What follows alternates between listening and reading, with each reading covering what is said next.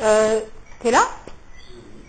Je sais pas si tu vas te rappeler, je pense à ça, je viens en parler avec toi parce que je sais que je t'avais justement déjà raconté cette petite histoire-là, mais je me rappelle pas nécessairement de tous les détails. Peut-être quand tu la racontes, tu vas m'aider à me rappeler de certains détails aussi.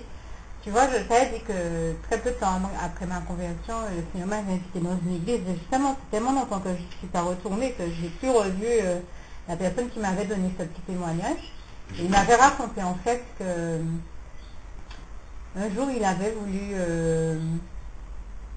c'était une personne âgée, tu vois. Tu sais bien comment sont les personnes âgées de chez nous. Elles aiment bien faire des soupes. Tu connais déjà, c'est spécialiste de soupe et consort. Et monsieur, lui, dans son cas, il aime bien cuisiner, mais sa spécialité, c'est que monsieur aime faire des plats en cocotte. Genre, il a mis sa soupe dans une espèce de grosse cocotte minute. Et il me dit qu'il avait fermé la valve. J'aime bien les cocottes. Ouais. Il avait fermé la valve. Et normalement, il avait mis la cocotte minute en cuisson pour au moins 2 heures. Et monsieur me dit, bon, sachant qu'il a mis sa petite soupe au feu, il va s'asseoir, regarder à la télévision son émission. Et puis à un moment, il ne s'attend pas, il entend la cocotte minute qui fait. Non.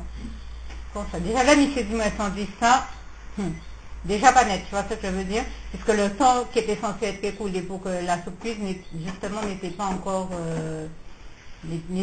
écoulé, tu vois. Donc là, regardez, monsieur s'est dit, tiens, c'est bizarre, c'est comme si tu la mets en cuisson pour 2 heures et ça fait même pas encore 1 heure qu'elle est sur le feu, elle cite déjà, c'est pas très net.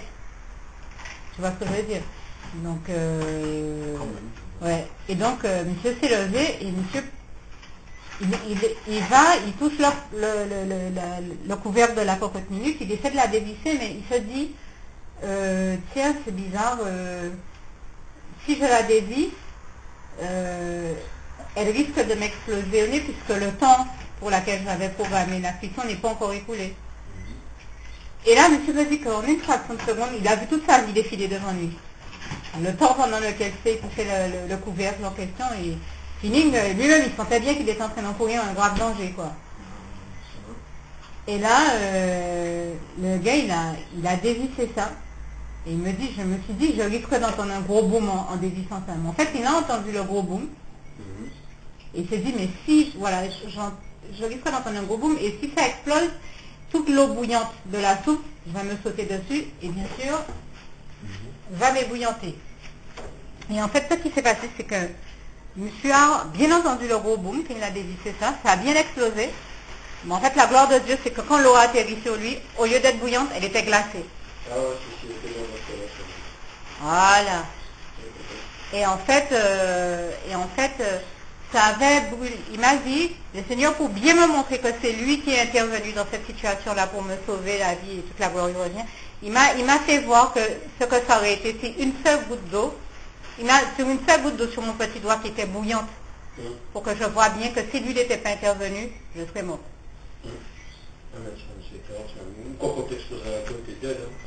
Ah non.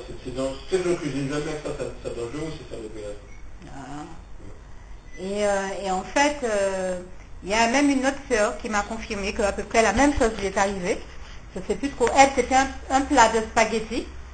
Elle m'a dit qu'elle a fait un plat de spaghettis. Et quand elle a voulu verser le plat de spaghettis dans la passoire pour égoutter les spaghettis, au lieu de verser le plat de spaghettis dans la passoire, le diable a fait que la faire verser ça sur elle-même, alors que c'est bouillant.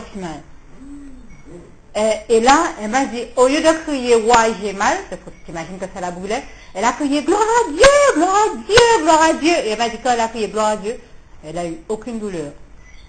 Que le truc ne l'a pas brûlé, alors que c'était bouillant et que voilà, c'est facile à brûler, quoi. Et là, franchement, je dis, vraiment gloire à Dieu, parce que c'était vraiment surprenant comme histoire. Et je me suis même dit, waouh, comment elle a fait pour avoir la réaction de crier gloire à Dieu au lieu de crier... tu sais, il y a plein de personnes qui auraient crié des jurons ou d'autres trucs, hein, par exemple, tout se brûle, au cas crier, tu vois, ouais, tu vois le truc, quoi. En fait, elle a crié gloire à Dieu. Et je me suis dit, le courage, tu vois, waouh, super qu'elle ait eu cette réaction-là, quoi. Et vraiment, eh ben là, justement, le Seigneur l'a sauvée, l'a guérie, et ça l'a pas brûlé.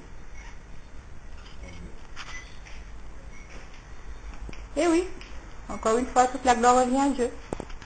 À Jésus, à son Saint-Esprit.